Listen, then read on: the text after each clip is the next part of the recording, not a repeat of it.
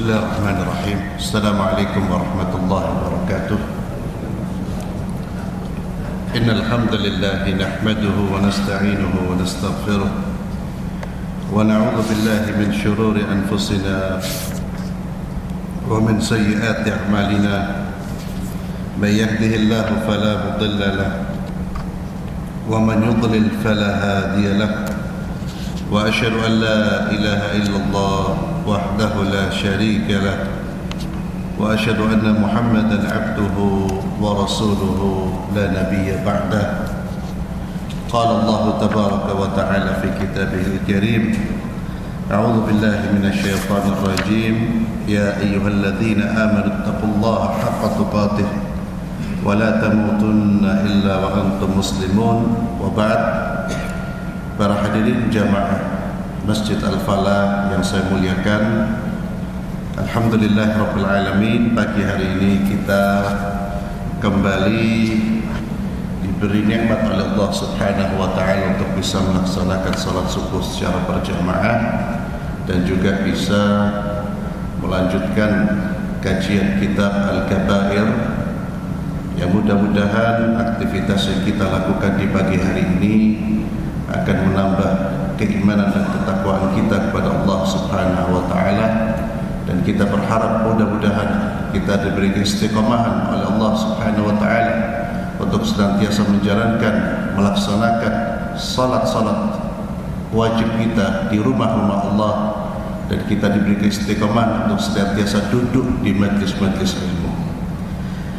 Bapak-bapak, ibu-ibu yang saya muliakan, kita pagi hari ini sudah memasuki pembahasan dosa besar yang ke-49, Al-Kabiratut Tasi'ah wal Arba'un. Karena pembahasan kita ini pembahasan tentang dosa-dosa besar, dan kita sudah masuk pada dosa besar yang ke-49. Dosa besar yang ke-49 ini al-khuruj bis-sayf wa takfir bil kabair. Al-khuruj bis-sayf wa takfir bil kabair, yang artinya memberontak dengan senjata dan mengkafirkan karena dosa-dosa besar. Memberontak pemimpin yang sah dengan senjata itu termasuk dosa besar, dan mengkafirkan pelaku dosa-dosa besar. Artinya pemimpin muslim yang sah dianggap sebagai seorang pemimpin itu tidak boleh digulingkan dengan kekuatan bersenjata. Cara seandainya mereka zalim, cara menghentikan kezaliman mereka itu bukan dengan pemberontakan bersenjata. Siapa yang melakukan pemberontakan, maka dia di dalam Islam termasuk orang yang melakukan tindakan melampaui batas. Dan orang yang melakukan pemberontakan itu yang harus diperangi. Demikian pula orang yang melakukan perbuatan dosa besar tidak boleh dikafirkan, tidak boleh dianggap murtad. Siapa yang mengkafirkan pelaku dosa besar, maka orang yang mengkafirkan ini dia telah melakukan perbuatan dosa besar. Ini dosa yang ke-49. Jadi, dan madhab Ahlus Sunnah wal Jamaah sepakat, sebagaimana disebutkan oleh para imam-imam Ahlus Sunnah, diantaranya Imam Ahmad di dalam kitabnya Ushulus Sunnah, tidak boleh memberontak kepada pemimpin-pemimpin muslim sekalipun mereka sudah menyimpang. Apa yang diperbolehkan? Yang diperbolehkan adalah nasihat dan amar ma'ruf nahi mungkar. Bedakan. Memberontak itu Pak bawa senjata, ayo perang sama pemimpin kita. Ya, itu haram di dalam Islam.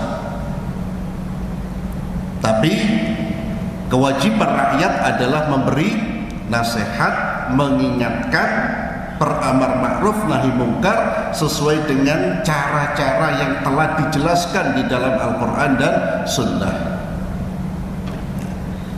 Bagaimana kalau seandainya pemimpin tersebut tidak menerima nasihat, tidak merubah kebijakannya? Seandainya sudah diberi nasihat, rakyat wajib bersabar, tetap taat kepada Allah, menjalankan perintah-perintah Allah, memohon kepada Allah agar diberi jalan keluar, memohon kepada Allah agar diberi pemimpin yang baik, sambil kita terus melakukan upaya-upaya perbaikan. Tapi tetap tidak boleh melakukan pemberontakan. Dan dimanapun pemberontakan terhadap pemimpin yang sah tidak akan menghasilkan kecuali kerusakan dan pertumpahan darah. Anda lihat di mana-mana. Dan ini memang di dalam Islam tidak diperbolehkan. Maka Imam Az-Zahabi rahimahullah ta'ala menyebutkan hal ini dalam termasuk dosa-dosa besar yang ke-49. Nabi kita Muhammad sallallahu alaihi wasallam di dalam hadis yang sahih diriwayatkan oleh Imam Muslim, beliau sallallahu alaihi wasallam bersabda, "Innahu yusta'malu alaikum umara." Nanti kata Nabi, dan ini diantara tanda-tanda dan ini mukjizat Rasulullah SAW, bukti kerasulan dan kenabian beliau. Beliau menyebutkan apa yang akan terjadi, dan ini tentu berdasarkan wahyu dari Allah. Innahu yusta'malu alaikum umara. Nanti akan diangkat di tengah-tengah kalian pemimpin, fata'rifuna wa tunkirun, yang perbuatannya sebagian benar dan sebagian lain kalian ingkari, perbuatannya buruk. Faman kariha faqad bari. Siapa yang membenci perbuatan buruknya, dia telah berlepas diri. Waman ankar faqad salim. Siapa yang mengingkari perbuatan buruknya, maka dia telah selamat. Walakin man radiya wa taba'. Akan tetapi itu dosa dipikulkan kepada orang yang ridha kepada keburukannya dan mengikuti kebijakan-kebijakan buruknya. Itu yang memikul dosa. Lalu para sahabat bertanya, "Ya Rasulullah, kalau kita ketemu pemimpin-pemimpin yang sudah melakukan kemungkaran-kemungkaran tersebut, ala nuqatiluhum, apa kita gak boleh memerangi mereka? Kita berontak, kita jatuhkan mereka, kita angkat senjata-senjata kita. Mereka melakukan kemungkaran." Apa kata Nabi sallallahu alaihi wasallam? La, jangan. Ma sallu, selama mereka masih mengerjakan salat. Ini diantara dalil yang menunjukkan bahwa pemimpin-pemimpin yang muslim zalim tidak diperbolehkan digulingkan dengan kekuatan bersenjata. Dan ini banyak hadis-hadis Nabi Muhammad sallallahu alaihi wasallam. Maka Al-Imam Az-Zahabi rahimahullah membawakan firman Allah di dalam surat Al-Baqarah ayat 190, "Wala ta'tadu innallaha la yuhibbul mu'tadin." Tetapi janganlah kalian melampaui batas, karena sesungguhnya Allah tidak menyukai orang-orang yang melampaui batas. Di antara sikap melampaui batas adalah seseorang melakukan perlawanan bersenjata. Kenapa melampaui batas? Karena Islam membatasi. Anda hanya boleh menyampaikan beramar ma'ruf nahi mungkar, bukan mengangkat senjata. Siapa yang mengangkat senjata, dia melampaui batas. Demikian pula termasuk sikap melampaui batas adalah seseorang berani mengkafirkan saudara-saudaranya disebabkan perbuatan dosa besar. Kemudian Allah Azza wa Jalla berfirman, "Wa man ya'sillaha wa rasulahu faqad dhalla dhalalan mubina." Dan barang siapa yang mendurhakai Allah dan Rasulnya, maka sungguh dia telah sesat dengan kesesatan yang nyata.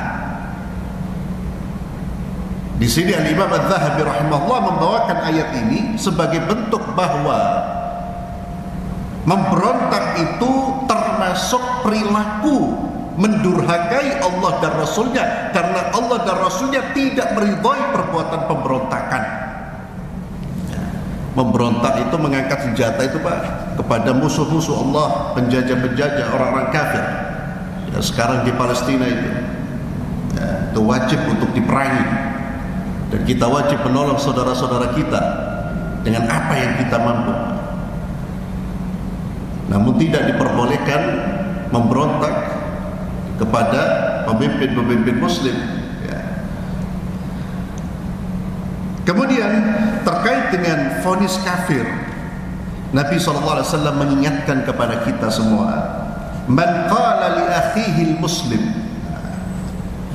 barang siapa yang mengucapkan kepada saudara muslimnya, kepada saudara se-Islam, ya kafir, hei kamu kafir, faqad ba'a biha ahaduhuma, maka perkataan itu pasti kembali kepada salah seorang dari mereka berdua. Allahu Akbar. Ini hadis yang perlu kita renungkan. Seseorang yang sudah memvonis saudaranya, vonis itu pasti akan kembali kepada salah satu dari keduanya. Kalau orang yang dilemparkan vonis tersebut bukan orang kafir menurut Allah, kekafiran itu kembali kepada orang yang memvonis.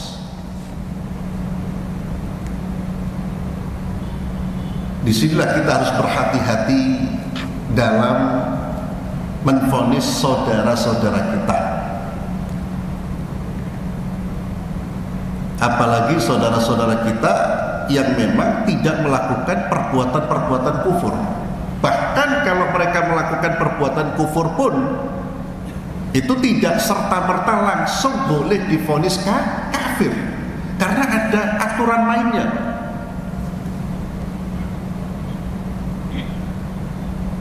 Dan ternyata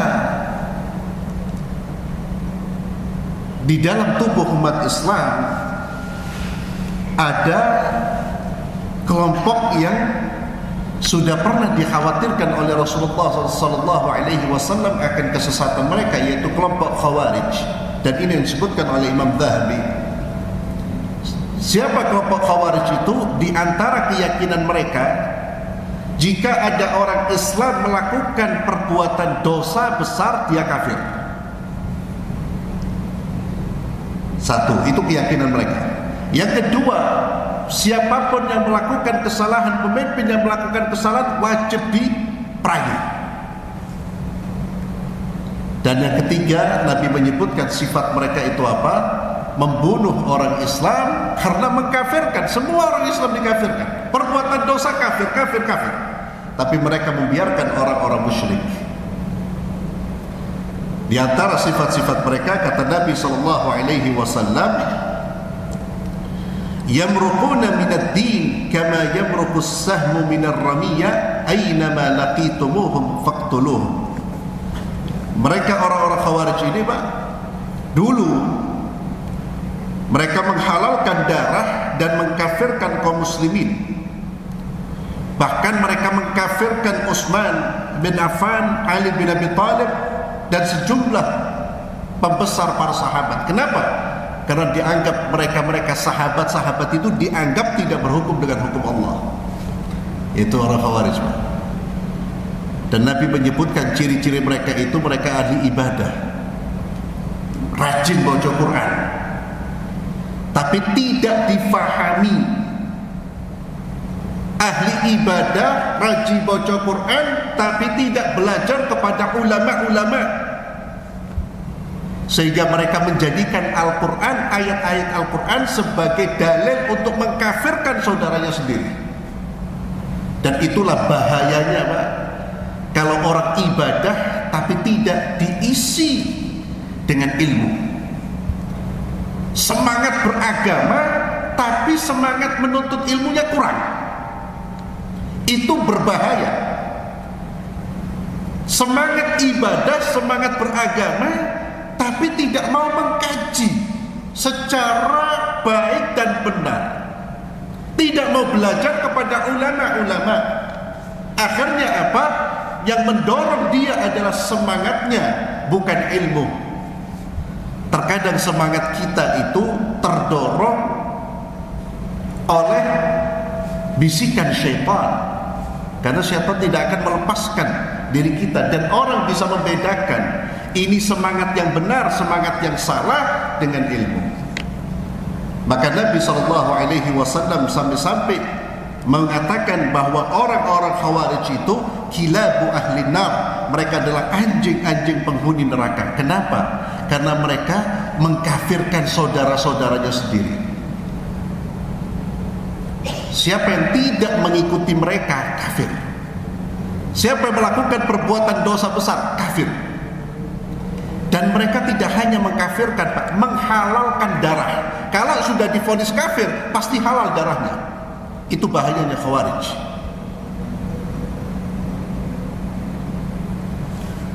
Kemudian Hasrat bin Nubata berkata, Sa'id bin Jumhan menceritakan kepadaku, dia berkata, dakhaltu ala ibni Abi Aufa wa makfuf, faqala man anta?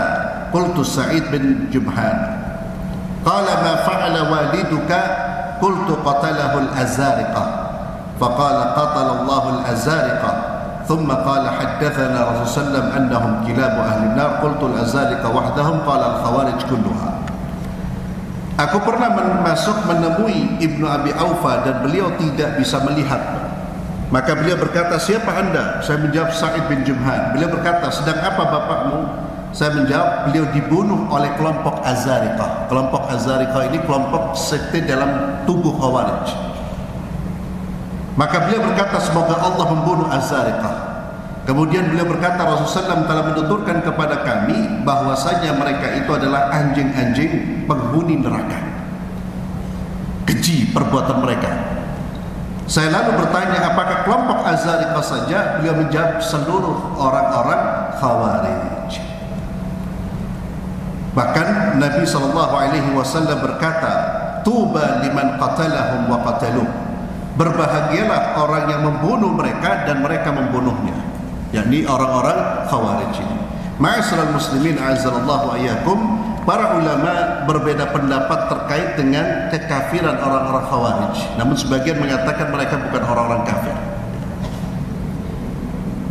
Dan orang-orang Khawarij ini sekali lagi sangat-sangat berbahaya. Berbahaya kenapa? Karena mereka menusuk saudara-saudara mereka sendiri.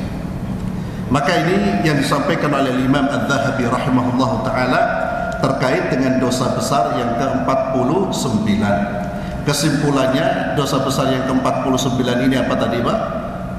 Memberontak kepada pemimpin yang sah, pemimpin muslim yang sah. Lalu bagaimana menyikapi kezaliman, keburukan? Menyikapinya adalah tetap dengan melakukan amar ma'ruf nahi munkar. Tidak meridai perbuatan mereka, tidak merestui perbuatan mereka, dan siapa yang merestui perbuatan mereka, maka mereka yang merestui itu bagian dari mereka, bagian dari orang-orang yang zalim. Dan para ulama memberikan nasihat, diantaranya Imam Hasan al-Basri, kalau kita ini diberi ujian dengan pemimpin-pemimpin yang zalim, pemimpin yang tidak baik, Pak, apa kata beliau? Kita wajib bertaubat kepada Allah. Bisa jadi, Pak, karena kita yang zalim juga, Pak. Jadi koreksi ketika kita merasakan ada kezaliman yang memimpin, yang menguasai diri kita, Pak, kita perlu koreksi diri juga. Jangan-jangan kita ini juga pelaku kezaliman. Coba tengok kehidupan di tengah-tengah kita antar saudara muslim dengan muslim yang lainnya. Tengok saudara-saudara kita, bahkan mohon maaf, terkadang di satu rumah saling berbuat zalim, terputus saling silaturahim. Antar satu masjid dengan masjid yang lain bertengkar, saling berbuat zalim. Di pusat-pusat bisnis saling berzalimi. Jadi kita perlu juga mengoreksi diri. Kezaliman wajib diingkari. Kezaliman wajib diusahakan bagaimana kezaliman ini terangkat. Tapi ingat, ketika kita merasakan kezaliman yang dilakukan oleh pemimpin-pemimpin, kita juga perlu introspeksi diri. Kita menuduh orang korupsi, suap, bukan menuduh, memang kita mengecam. Tapi ternyata sehari-hari terkadang kita suap kok, main suap kok. Guru sesuatu, Pak, ini Pak, silakan Pak. Loh, podo baik. Anaknya mau masuk kuliah, uang taruh uang. Ini Pak, titip. Pelanggaran-pelanggaran terhadap syariat di mana-mana terjadi. Maka introspeksi. Ya. Jadi kita melihat ke atas juga melihat ke bawah, melihat ke sana juga melihat ke dalam diri. Jangan-jangan saya yang menyebabkan Allah memberi ujian ini. Jangan-jangan karena lisan saya yang suka mencela saudara-saudara saya. Jangan-jangan lisan saya yang suka menghina saudara-saudara saya. Jangan-jangan perilaku saya yang menghina tetangga saya. Karena jika kita insya Allah Pak taat kepada Allah, Allah akan memberikan jalan keluar. Allah akan memberikan orang-orang baik Pak. Itu pasti. Ya, sehingga istilah dulu itu ada istilah tobat nasional, itu penting Pak, perlu. Kita mengoreksi diri. Ya. Jadi itu, kemudian yang kedua, jangan mengkafirkan pelaku dosa-dosa. Karena di dalam Islam itu dosa itu ada dua. Dosa yang mengeluarkan orang dari Islam, yaitu dosa kufur dan syirik. Dan ini pun Pak, ketika orang melakukan dosa kufur, kekufuran, itu tidak serta-merta langsung divonis. Sehingga di dalam Islam itu ada mekanisme seseorang itu dikeluarkan dari agama. Itu tidak mudah. Maka kita ini yang belajar, yang bukan ulama, yang bukan qadhi, dan yang berhak memutuskan orang ini murtad, qadhi di dalam Islam itu. Qadhi itu hakim. Di sidang orang itu diputusi murtad. Kita ini Pak, jangan mudah menvonis. Kita ini hanya mengingatkan saja. Umpamanya kita melihat orang melakukan perbuatan yang menyimpang atau perbuatan yang menjerumus kepada kekufuran, maka kita ingatkan, Mas, Mbak, ini perbuatan yang berbahaya, bisa menjerumuskan Anda kepada kekafiran. Jangan dilakukan. Itu yang kita lakukan. Jangan cepat-cepat kamu kafir, kamu musyrik. Karena bisa jadi yang dia lakukan bukan perbuatan kufur, dan bisa jadi dia adalah orang-orang jahil, orang-orang bodoh yang butuh diberi ilmu. Maka semangat kita itu semangat dakwah, bukan semangat menvonis. Jazakallah khair. Ya, jadi yang pertama seperti yang disampaikan, ayat ini terkait dalam konteks perang. Ya. Tapi perlu diingat Pak, kaedahnya di dalam Al-Quran, keumuman ayat itu berlaku keumuman untuk semua hal. Artinya, sekalipun ayat ini awalnya konteksnya konteks jihad, tapi larangan untuk melampaui batas itu umum, baik dalam konteks jihad atau dalam konteks apapun. Maka ayat ini juga digunakan tidak hanya dalam memberontak. Perbuatan melampaui batas bisa menggunakan ayat ini, karena ayat ini umum. Wala ta'tadu innallaha la yuhibbul mu'tadin. Dan ini hanya satu ayat yang dikutip oleh Imam Zahabi. Ayat-ayat tentang larangan kita melampaui batas, larangan kita untuk tidak melanggar aturan Allah itu banyak sekali. Jadi keumuman ayat itu berlaku. Jadi ayat ini umum. Ayat ini umum, larangan untuk melampaui batas dalam semua hal. Lalu apa batas itu? Batas itu apa yang sudah digariskan oleh syariat. Jadi syariat sudah membatasi. Contohnya kita dalam konteks makan dan minum, Pak, sudah dibatasi. Yang halal itu sampai di sini. Ketika kita menerobos batasan ini, kita sudah melampaui.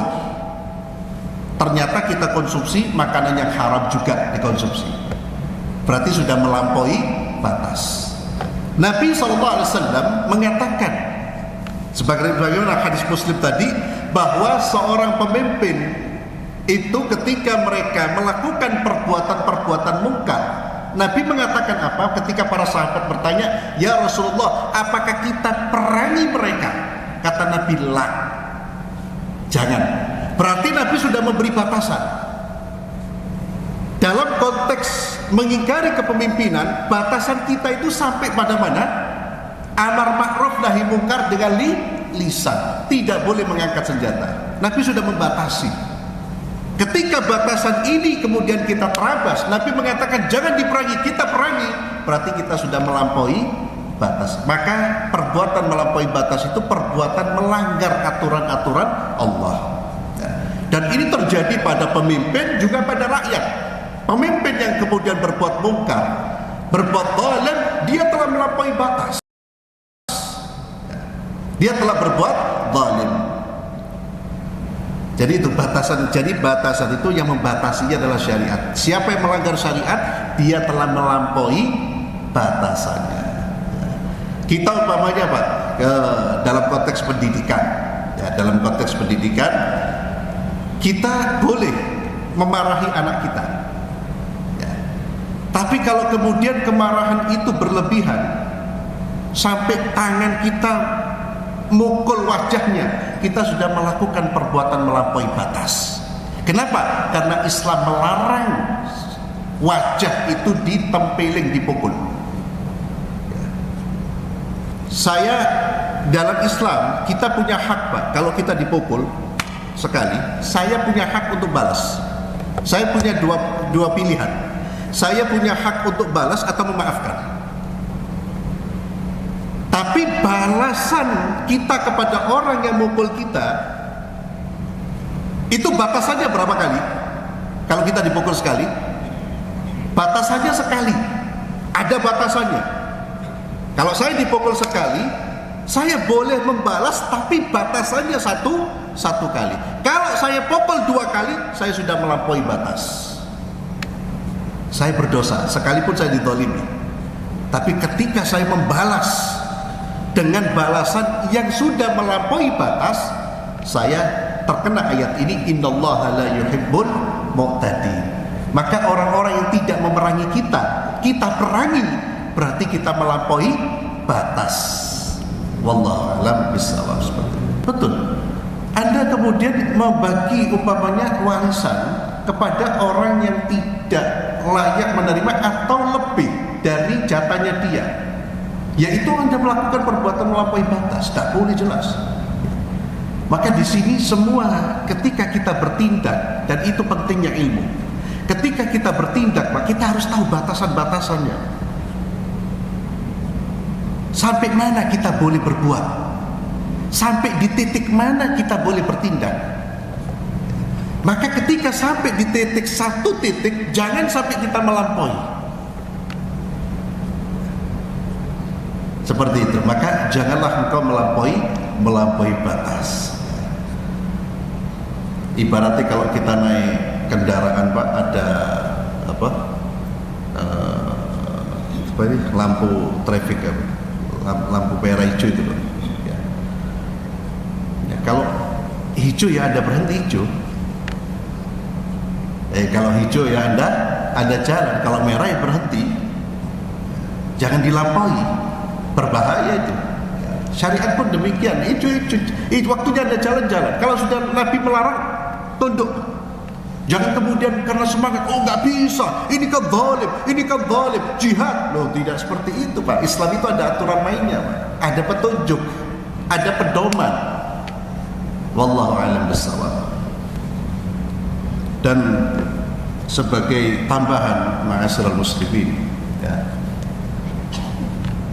Khawarij itu Pak harus kita fahami ya, karena mohon maaf sebagian orang menuduh saudara-saudaranya yang komitmen dengan agama itu dengan tuduhan Khawarij. Saya pernah mendengar, dan ini satu ucapan yang ya saya kira sangat menyimpang. Orang-orang Khawarij itu cirinya jidatnya hitam, pakai jenggot, celana cingkrang. Ini berbahaya, Pak. Seolah-olah yang jenggotan, yang cingkrang itu identik dengan orang-orang yang ekstrim. Dan itu tidak kemudian diberi penjelasan lebih lanjut. Ini berbahaya. Dan saya tahu ini mau mengarahkan ke situ. Ya. Tidak ada hubungannya jenggot, celana cingkrang dengan ekstremis, tidak ada. Dan itu sunnah Nabi. Ya. Jadi mohon maaf, ada orang-orang yang memang tidak senang dengan sunnah-sunnah Nabi itu memanfaatkan hadis-hadis tentang Khawarij untuk mencela mereka. Tidak. Khawarij itu tidak dilihat dari penampilan. Khawarij itu pemikiran. Kalau sudah dia punya pemikiran siapa yang berbuat dosa besar kafir, Khawarij. Jadi itu yang saya dengar. Mohon maaf ya. Ya, silakan. Itu salah satu tokoh yang mungkin Anda kagumi, silakan. Tapi perkataannya mungkar. Perkataannya mungkar. Itu yang membuat orang kemudian akhirnya membuat curiga kepada orang-orang yang menjalankan syariat Nabi Muhammad SAW. Ingat, Khawarij itu pemikiran. Pemikiran apa? Takfir, mengkafirkan saudara-saudaranya, dan gemar mengangkat senjata terhadap orang-orang yang tidak boleh diperangi. Jadi hati-hati, Pak. Ya, kita juga harus teliti. Ya, ini opini-opini yang berkembang itu kita juga harus hati-hati. Jangan sampai kemudian kita melabeli saudara-saudara kita yang tidak layak mendapatkan label Khawarij. Ya. Kenapa? Wahabi itu pengikut Syekh Muhammad bin Abdul Wahab. Ya. Dan sebetulnya ini, ya Allah, sebetulnya saya sarankan, Pak, bukan saya sarankan, saya sampaikan jangan ikut-ikutan dengan mencela dengan Wahabi, Pak. Yang perlu kita lakukan sekarang adalah belajar. Coba tengok orang yang dituduh Wahabi itu apa. Karena sekarang ini kita hidup di zaman orang saling menfitnah, saling menjatuhkan. Orang saling berebut opini, berebut ideologi. Apa yang dianggap Wahabi sekarang itu?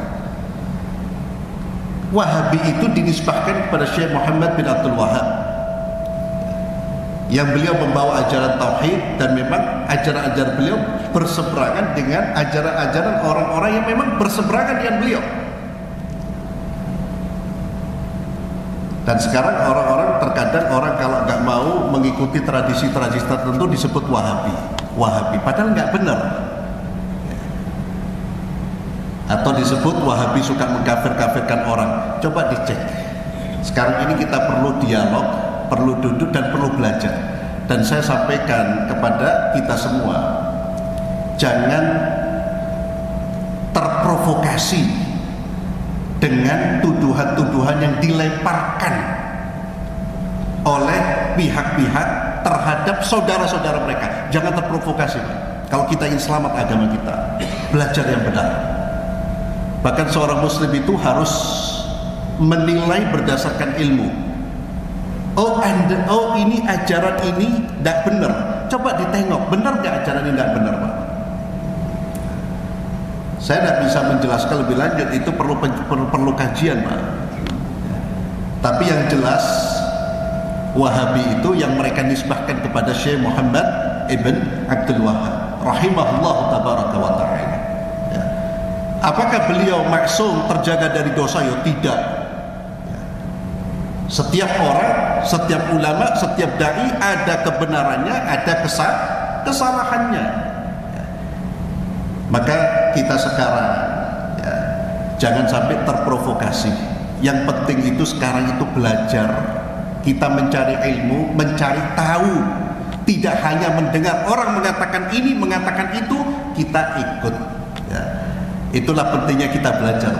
Bahkan kalau kita umpamanya mendapatkan tuduhan-tuduhan, perlu di cross check terlebih dahulu. Bagaimana sih ajarannya? Seperti itu Pak. Nanti ada istilah Wahabi, ada istilah ini, ada istilah ini, ada istilah ini, ada istilah ini. Kalau mengikuti tuduhan-tuduhan itu atau istilah-istilah itu kebingungan Pak. Jadi Wahabi itu istilah baru yang diciptakan oleh orang-orang yang tidak sejalan dengan dakwanya Syekh Muhammad bin Abdul Wahab. Wallahu a'lam bissawab. Saya kira cukup, kita tutup dengan doa kafaratul majlis. Subhanakallahumma wa bihamdik asyhadu an la ilaha illa anta astaghfiruka wa atubu ilaik. Assalamualaikum warahmatullahi wabarakatuh.